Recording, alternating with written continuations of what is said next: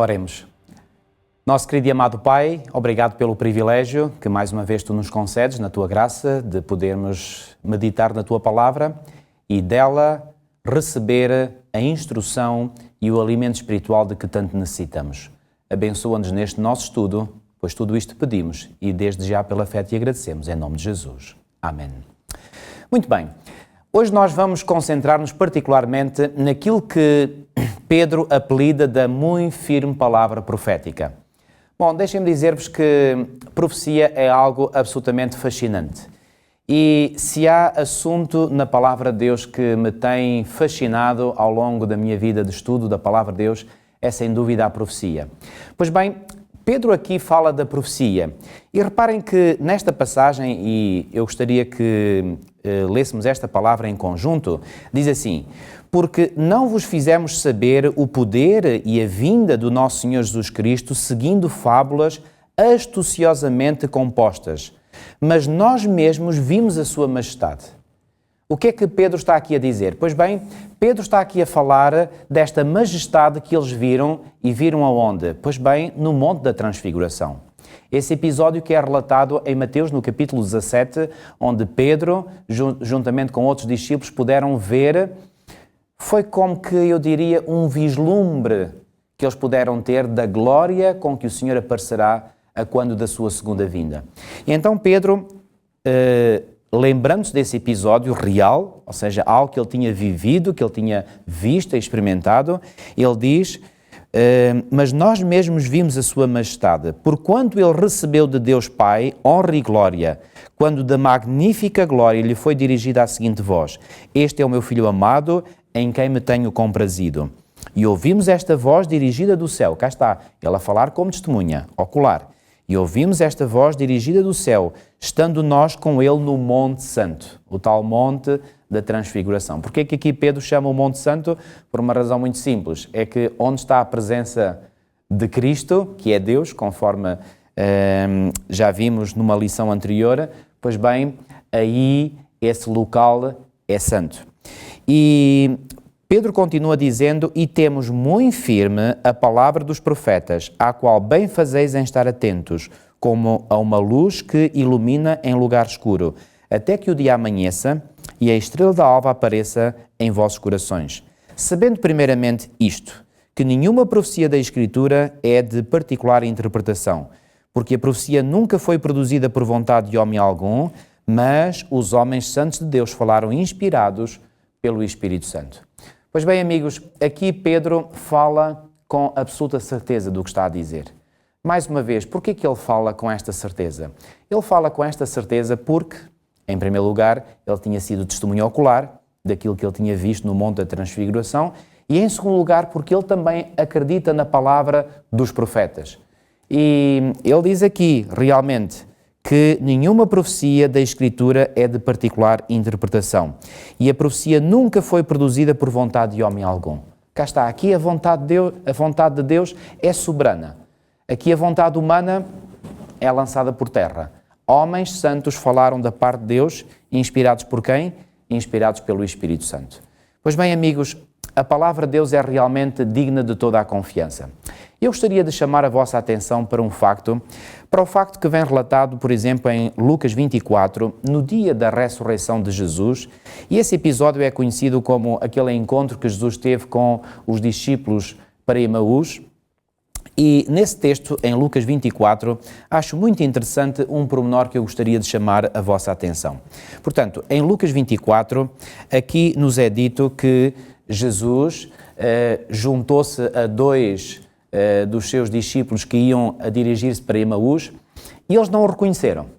Bom, podemos talvez aqui numa primeira abordagem dizer que provavelmente a razão pela qual eles não o reconheceram a Jesus é porque, reparem, antigamente era muito comum quando as pessoas viajavam, e normalmente viajavam a pé, enfim, só os mais ricos é que viajavam em carroças, enfim, outros meios puxados por animais ou então mesmo em cima de animais, mas as pessoas do povo em comum viajavam a pé. E normalmente, porque as pessoas viajavam a pé, muitas vezes eram alvo de assaltos. Então eles, para se protegerem, o que é que faziam? Eles tentavam juntar-se uns aos outros ao longo da viagem para assim se sentirem mais seguros. E provavelmente, quando Jesus se juntou a estes 2 discípulos, eles terão sentido, olha, é um caminhante que se junta a nós para se sentir mais seguro, e provavelmente nem olharam para ele. Mas o que é certo é que Jesus entabula com eles um diálogo, e esse diálogo é muito interessante. E Jesus diz o seguinte, faz-lhes a seguinte pergunta no versículo 17 de Lucas 24. Diz assim: E ele lhes disse: Que palavras são essas que caminhando trocais entre vós, e por que estáis tristes? E agora reparem o que é que eles dizem. Versículo 18. E respondendo um cujo nome era Cleopas, disse-lhe: És tu só peregrino em Jerusalém e não sabes as coisas que nela têm sucedido nestes dias? Por outras palavras, mas de que mundo é que tu és? Tu vens de Jerusalém, estás a vir de Jerusalém, não sabes o que é que se passou em Jerusalém nestes dias? E agora reparem, Jesus, fazendo de conta que não sabia de nada, diz-lhes no versículo 19, e ele lhes perguntou: Quais? E eles lhe disseram: As que dizem respeito a Jesus Nazareno, que foi homem profeta, poderoso em obras e palavras diante de Deus e de todo o povo. E como os principais sacerdotes e os nossos príncipes o entregaram à condenação de morte e o crucificaram. E nós esperávamos que fosse ele o que remisse Israel. Mas agora, sobre tudo isso, é já hoje o 3º dia desde que essas coisas aconteceram. É verdade que também algumas mulheres dentre nós nos maravilharam, as quais de madrugada foram ao sepulcro e, não achando o seu corpo, voltaram dizendo que também tinham visto uma visão de anjos que dizem que ele vive. Mas é como se eles estivessem a dizer: bom, mas isso é o que as mulheres dizem, mas provavelmente não são de confiar. Eles estavam céticos. Mas eles acrescentam no versículo 24: E alguns dos que estavam connosco foram ao sepulcro e acharam ser assim como as mulheres haviam dito. Porém, ele não o viram. Ou seja, não havia certezas. A versão que as mulheres tinham contado, pois bem, fazia algum sentido, mas não tinham certezas totalmente. E agora no versículo 25 Jesus vai dizer-lhes o seguinte: E ele lhes disse: Ó nécios, e tardos de coração para crer tudo o que os profetas disseram, porventura não convinha que o Cristo padecesse estas coisas e entrasse na sua glória? E agora reparem o que diz o versículo 27. E começando por Moisés e por todos os profetas, explicava-lhes o que dele se achava em todas as Escrituras. Reparem, por onde é que Jesus começou a dar, por assim dizer, este estudo bíblico? Por assim dizer, não, foi mesmo um estudo bíblico que Jesus lhes deu. Por onde é que Jesus começou? Diz que começou por Moisés. Porquê que aqui Lucas nos diz que ele começou por Moisés? Porque Moisés, como bem sabemos, é o autor dos 5 primeiros livros da Bíblia, de Gênesis, Êxodo, Levítico, Números e Deuteronômio. Foi por aí que Jesus começou. Mas depois diz que ele não ficou só por Moisés, diz que passou por todos os profetas. E para fazer o quê? Para explicar-lhes o que dele se achava em todas as Escrituras. Reparem, amigos, há aqui uma coisa que sempre me surpreendeu e surpreende. Reparem, Jesus estava em pessoa ao lado destes discípulos.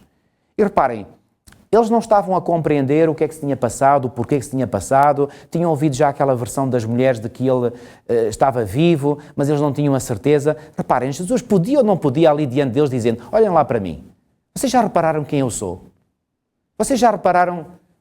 Reparem, olhem bem para mim. E provavelmente nessa altura eles abririam os olhos e provavelmente uau, mas afinal és tu que estás aqui entre nós.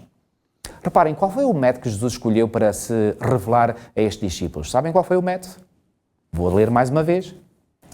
E começando por Moisés e por todos os profetas, explicava-lhes o que dele se achava em todas as Escrituras. Reparem, Jesus tinha a possibilidade de se poder revelar diretamente a eles, mas preferiu antes seguir um método de se revelar a eles, sim, mas através de quê? Através das Escrituras. Amigos, deixem-me dizer-vos uma coisa. Eu estou absolutamente convencido que se hoje Jesus viesse ao nosso meio, como ele andou aqui há 2000 anos atrás, era o método preferencial que ele escolheria para se revelar ele próprio a nós. Qual é esse método? Através das Escrituras. Qual é então a forma mais importante que nós temos de conhecer o verdadeiro Cristo? O verdadeiro Filho de Deus, que é Deus também, Ele próprio? Pois bem, através da sua palavra, através das Escrituras. E amigos, não tenhamos ilusões. Hoje fala-se de muitos Cristos, ou fala-se de Cristo de muita maneira, mas a única forma verdadeiramente segura de nós podermos conhecer o verdadeiro Cristo é apenas e só através das Escrituras. Que Deus o ajude na busca, na investigação, no estudo aprofundado da sua palavra. E através da sua palavra, nós iremos descobrir o verdadeiro Cristo, o nosso Salvador e Senhor. Que Deus o abençoe.